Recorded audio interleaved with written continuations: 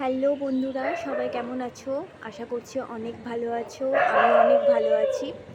মাঝখানে অনেক দিন ব্লগ করতে পারিনি, অনেক দিন পর আজকে চলে এসেছি একটা ব্লগ নিয়ে। ভেবেছিলাম আজকে সকাল থেকে শুরু করবো ব্লগটা, বাট সকাল থেকে করে উঠতে পারলাম না। তো এখন বাজছে বিকেল 4:30 মতন। দুপুরে খাওয়া দাওয়া করে ঘুমোইনি, ছাদে বসেছিলাম। ভাবলাম যে এখান থেকে ব্লগটা শুরু করি। তোমরা সবাই জানো, যারা নার্সিং পড়ছো বা নার্সিং পড়া হয়ে গেছে তারা সবাই জানো যে নার্সিং পড়ার সাথে সাথে ব্লগ করা, দুটো একসাথে কন্টিনিউ করাটা অনেক টাফ হয়ে ওঠে, অনেক ডিফিকাল্ট হয়ে ওঠে, তো করা হয়ে ওঠে না। তো আমি ভাবলাম যে কমপ্লিট হয়েই যাক, আর কিছুদিন পর কমপ্লিট হয়ে যাবে, তারপর ধীরে ধীরে ব্লগ করা শুরু করবো। তোমরা সবাই জানো আমি কথা বলতে গিয়ে একটু তোতলে যাই, তো ভুল হলে ক্ষমা করে দিও। আর আমার পাশে থেকো, আজ থেকে শুরু করব ব্লগ করা, সবাই সাপোর্ট করো। তো এখন বাজছে বিকেল 4:30 মতন। বিকেলে যা যা করবো বা সন্ধেবেলায় যা যা করবো তোমাদের সাথে সেগুলো সব শেয়ার করবো, তোমরা পাশে থেকো।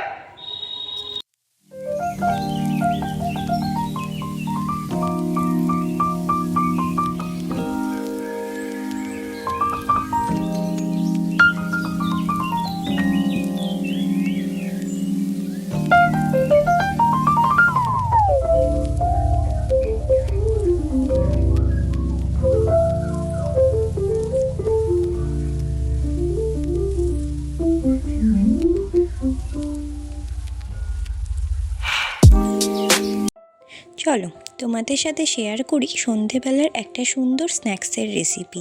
বানাবো আজ ভেজ রোল। তো ভেজ রোল বানানোর জন্য আমি নিয়ে নিয়েছি ক্যাপসিকাম কুচি, এইদিকে সয়াবিন সেদ্ধ করতে বসিয়ে দিয়েছি। ক্যাপসিকামগুলো ভালো করে কুচিয়ে নিয়েছি, সয়াবিন সেদ্ধ হয়ে গেলে সেগুলো হাতেই কেটে কেটে নিয়েছি, আর এখানে গাজর কুচিয়ে নিয়েছি।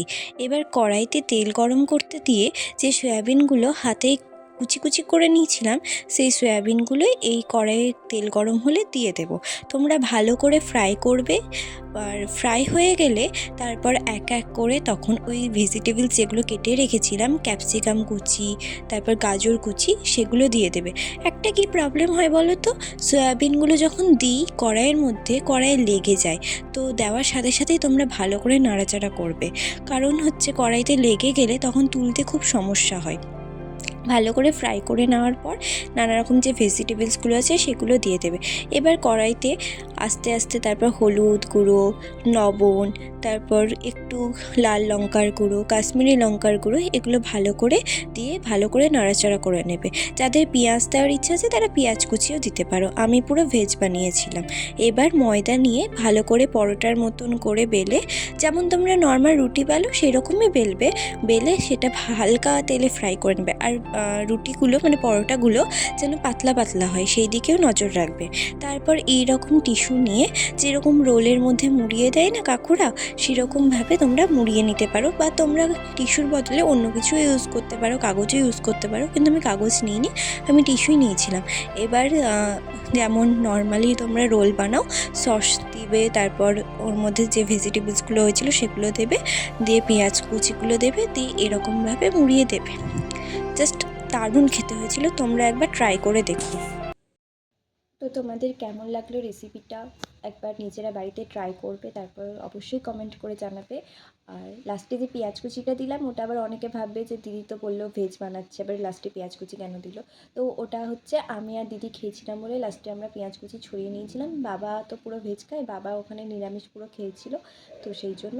যাই হোক, আজকে এই পর্যন্তই, আবার কাল দেখা হবে সুন্দর একটা ব্লগের সাথে। তোমরা সবাই পাশে থেকো। Tata, by.